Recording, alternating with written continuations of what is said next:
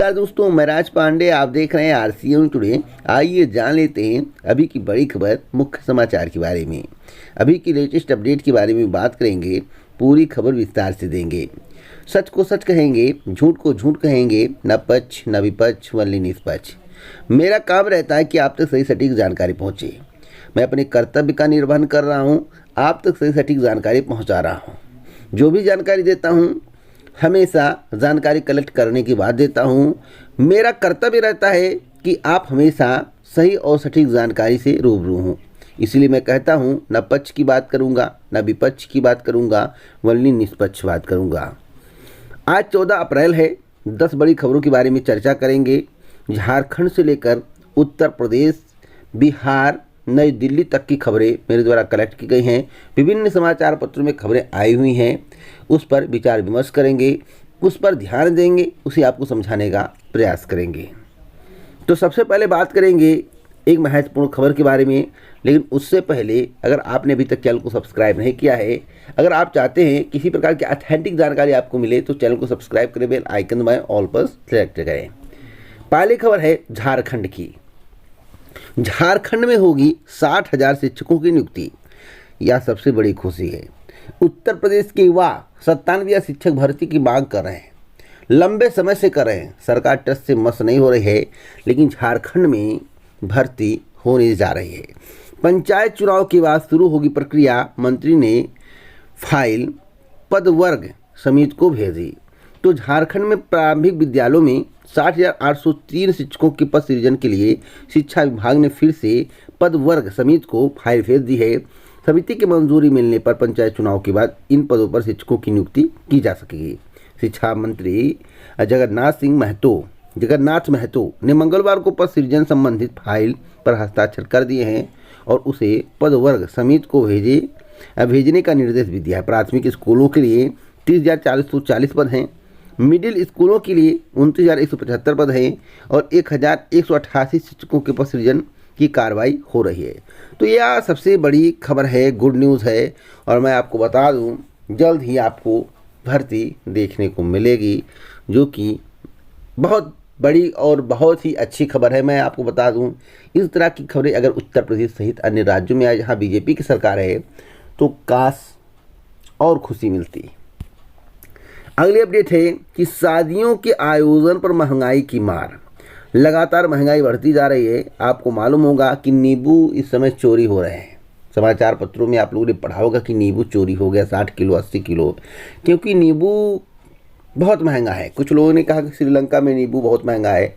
तो श्रीलंका का नींबू और भारत का नींबू में ज़मीन आसमान का फ़र्क है। पहले रुपए की वैल्यू समझिए। इंडिया का 1 रुपया श्रीलंका का 3.88 रुपये के बराबर है। बात समझ रहे हैं? तो पहले वैल्यू को समझिए। अगर उस अनुपात में देखा जाएगा तो श्रीलंका का नींबू भारत से सस्ता है। यहाँ पर 250 रुपये किलो है, लेकिन श्रीलंका में 150 रुपये किलो मिल जाएगा। इंडियन रुपीज़ में अगर कन्वर्ट किया जाए तो महंगाई कब कम होगी? सभी के जहन में एक सवाल है, तो मैं आपको बता दूँ, महंगाई कम नहीं होगी, हमेशा आप प्लस में रहेंगे। मेरा कहने का तात्पर्य है कि अगर 50 रुपये महंगाई बढ़ाई जाती है, 50 रुपये दाम बढ़ाए जाते हैं, तो 10 रुपये घटा दिए जाएंगे, तब भी आप 40 प्लस में रहेंगे। चाहे आप देख लीजिएगा, मेरी बात करते निकले तो चैनल को अनसब्सक्राइब करके वीडियो को डिसलाइक करके चले जाना। एक और महत्वपूर्ण खबर है पटना की। बीएड एंट्रेंस टेस्ट के लिए वेबसाइट लॉन्च की गई। 25 से आवेदन होगा। 2 वर्षीय सीईटी बीएड और शिक्षा शास्त्री 2022 के लिए आधिकारिक वेबसाइट का उद्घाटन कर लाइव किया गया। ललित नारायण मिथिला विश्वविद्यालय दरभंगा के कुलपति प्रोफेसर सुरेंद्र प्रताप सिंह ने बुधवार को आधिकारिक रूप से वेबसाइट को लाइव कर दिया है। अभ्यर्थी अपने मोबाइल से भी आवेदन फॉर्म भर सकेंगे। तीसरी बार आवेदन शुल्क में ललित नारायण मिथिला विश्वविद्यालय द्वारा कोई वृद्धि नहीं की गई है, जो कि बहुत ही अच्छी खबर है। आवेदन फॉर्म भरने की अंतिम तिथि 17 मई निर्धारित की गई है। एक और महत्वपूर्ण खबर है कोरोना की महामारी को लेकर। ऐसा प्रतीत हो रहा है कि कोरोना के केस बढ़ेंगे। ऐसा होना मैं ईश्वर से कामना करता हूं, लेकिन जिस तरह से आंकड़े सामने आ रहे हैं, चौंकाने वाले हैं। आपको बता दें कि दिल्ली में 24 घंटे में कोरोना के 299 मरीज मिलने से चिंता बढ़ी। पिछले एक हफ्ते में कब कितने केस, तो यहाँ पर डाटा दिया गया है कि 13 अप्रैल को 299, 11 अप्रैल को 137, 10 अप्रैल को 141, 9 अप्रैल को 160, 8 अप्रैल को 146 और 7 अप्रैल को 176 और 6 अप्रैल को 126 केस सामने आए थे। अगली अपडेट है बलिया में खनन माफिया का राज, जिम्मेदार अधिकारी नतमस्तक। कहते हैं कि माफियाओं का राज नहीं है, उत्तर प्रदेश सबसे शांत है, बुलडोजर चल रहा है, लेकिन आप जो समाचार पत्र में पढ़ रहे हैं यह हकीकत है और आप तस्वीर भी देख सकते हैं। फोटो खींचने पर जताई आपत्ति, रुका काम। तो आप यहाँ पर देखें कि माफिया किस तरह से एक्टिव है, सरकार इन पर कितना नियंत्रण कर रही है, किस तरह से वर्क कर रही है सरकार, इसके बारे में ज़रूर बताए, क्योंकि कहना और करना क्या जो कहा जाता है वह हो जाता है। इसलिए कहने और करने में ज़मीन आसमान का फ़र्क होता है। हकीकत आपके सामने है। सूरज शुक्ला की रिपोर्ट है, जैसा कि आप अपने स्क्रीन पर देख रहे हैं। बेखौफ बदमाश पुलिस प्रशासन और खनन विभाग की सरपरस्ती में मोरंग का बड़े पैमाने पर हो रहा है अवैध धंधा। और यहाँ पर तस्वीर दिखाई गई है, शिवपुर घाट की खबर है। शिवपुर घाट पर दिन रात जारी है अवैध धंधा। तो क्या इस पर रोक नहीं लगनी चाहिए? आप लोग अपनी राय कमेंट बॉक्स में ज़रूर दें। एक और महत्वपूर्ण खबर है, बलिया पर्चा लीक, टॉपर देने वाले स्कूल को छांट, वित्त विहीन को बनाया परीक्षा केंद्र। तो जिले में नकल माफिया व जिला प्रशासन की गठजोड़ से परीक्षा केंद्र निर्धारण में टॉपर देने वाले स्कूल भी छांट दिए गए। शासन की ओर से वित्त विहीन स्कूलों को सबसे कम अंक निर्धारण प्रावधान किया गया था। इसके बावजूद जिलाधिकारी की समिति ने नकल के लिए बदनाम स्कूलों को परीक्षा केंद्र बनाने पर मुहर लगा दी थी। तो इस पर बदलाव किया गया है। यह बदलाव अच्छा भी है, मैं इसे सराहनीय कार्य मानूंगा। जहाँ पर ज़्यादा नंबर आते हैं, ऐसा नहीं है कि पूरे स्कूल के पढ़ने में बहुत से ब्रिलियंट हो और सभी के अगर नंबर आ रहे हैं, एक स्कूल कोई है और उसकी सभी लड़की जो है 80%, 70%, 75% आ रहे, इसका मतलब सभी ब्रिलियंट है नहीं। कुछ कम होता, कोई 60 पाता, कोई 80 पाता, कोई 95 पाता तो मारा जाता, लेकिन सब 80, 85, 95 पा रहे हैं। इसका मतलब है कुछ घालमेल है, इसलिए सेंटर बनाने से इनकार कर दिया गया, सेंटर में बदलाव किया गया। अगली खबर है कि दिल्ली में वाहन खरीदना, सफ़र करना महंगा होगा। 42,000 वाहन रोज दिल्ली में पंजीकृत होते हैं। परिवहन विभाग ने राजस्व बढ़ाने के लिए प्रस्ताव भेजा। पथकर बढ़ाने समेत 3 अहम सिफारिशें की गई हैं। तो दिल्ली परिवहन विभाग ने राजस्व बढ़ाने के लिए सरकार को एक प्रस्ताव भेजा, जिसमें नए वाहनों के पंजीकरण पर टैक्स बढ़ाने के साथ अन्य सिफारिशें की गई हैं। सरकार की मंजूरी मिलने के बाद इन्हें लागू किया जाएगा। एक और महत्वपूर्ण खबर दे दूं, स्कूल ने 5 की बजाय 30% तक बढ़ा दी फीस। इससे अभिभावकों को बहुत बड़ा झटका लगा है। सरकार को इस पर नियंत्रण करना चाहिए। अगर 5% कहा जाए तो 30% क्यों बढ़ाया जाता है? इस तरह से छूट नहीं देनी चाहिए, जिससे मिडिल वर्ग काफ़ी परेशान हो जाए। और प्राइमरी में बच्चों का नाम कोई क्यों नहीं लिखाता है? सब लोग प्राइवेट की तरफ आकर्षित क्यों होते हैं? इसका रीज़न क्या? सरकार को इसके बारे में भी सोचना चाहिए, जाँच पड़ताल करनी चाहिए। अगली खबर उत्तर प्रदेश के मुख्यमंत्री योगी आदित्यनाथ के एक महत्वपूर्ण निर्देश को लेकर है। आम जन की शिकायतें 72 घंटे में निपटाई जाएं, ऐसा योगी आदित्यनाथ ने अधिकारियों को निर्देश दिया है।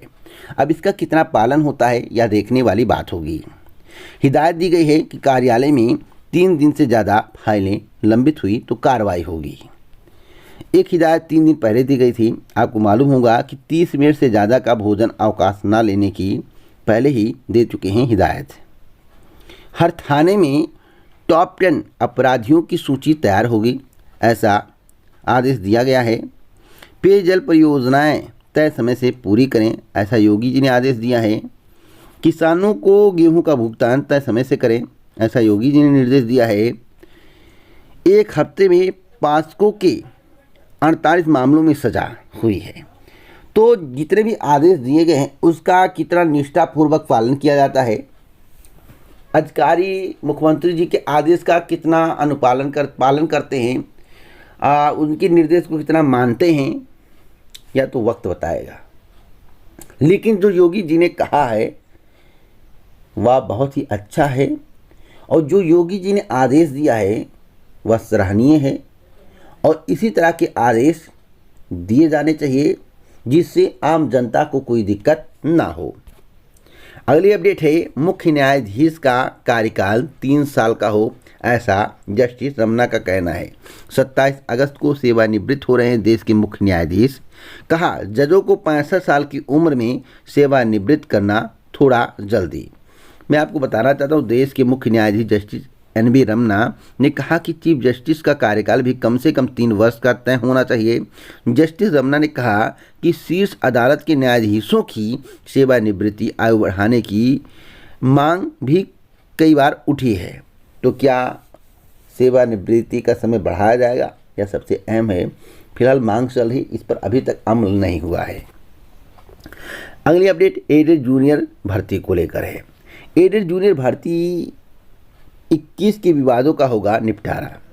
प्रदेश के अशासकीय सहायता प्राप्त जूनियर हाई स्कूलों में शिक्षक भर्ती परीक्षा 2021 के परिणामों को लेकर हुए विवादों का जल्द निपटारा होगा। तकरीबन 600 से 700 अभ्यर्थियों ने प्रत्यावेदन देकर परीक्षा में कम अंक मिलने के आरोप लगाए हैं। 40 से 45 अभ्यर्थियों ने हाईकोर्ट में याचिकाएं की हैं। टीईटी पेपर लीक के बाद गिरफ्तार परीक्षा नियामक प्राधिकारी कार्यालय के पूर्व सचिव संजय उपाध्याय के पास कोठार की चाबी थी, लेकिन कोठार नहीं खुलने के कारण प्रत्यावेदनों का निस्तारण नहीं हो पा रहा था। तो मैं आपको बता दूं कि जो मुझे जानकारी प्राप्त हुई कि मई से प्रक्रियाएं आगे बढ़ेंगी। जो नई एडेड जूनियर हाई स्कूल शिक्षक भर्ती, इसके संबंध में भी अभ्यर्थी कई बार जानकारी मांग चुके हैं। तो मई से प्रक्रिया आगे बढ़ेगी। और एक महत्वपूर्ण जानकारी और दे दूँ, पीछे 2019-20 के कटाव को लेकर उत्तर प्रदेश लोक सेवा आयोग ने सम्मिलित राजपत्र अधीनस्थ सेवा और सहायक वन रक्षक क्षेत्रीय वन अधिकारी परीक्षा 2019 और 20 की प्रारंभिक परीक्षा का पदवार, श्रेणीवार कटाव अंक और अभ्यर्थियों के प्राप्तांक बुधवार को जारी कर दी।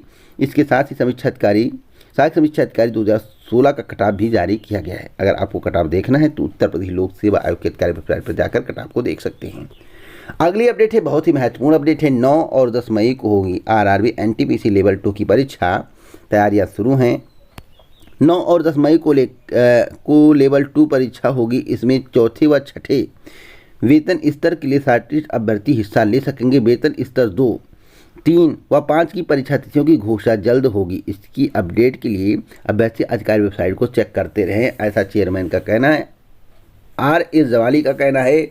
आपको इसी महीने में इसकी भी तिथि का निर्धारण देखने को मिलेगा। जो जानकारी प्राप्त हुई है कि लगभग 20 से 25 के बीच में आपको नोटिस देखने को मिल जाएगा। तो फिलहाल आप लोग तैयारी जमकर करिए।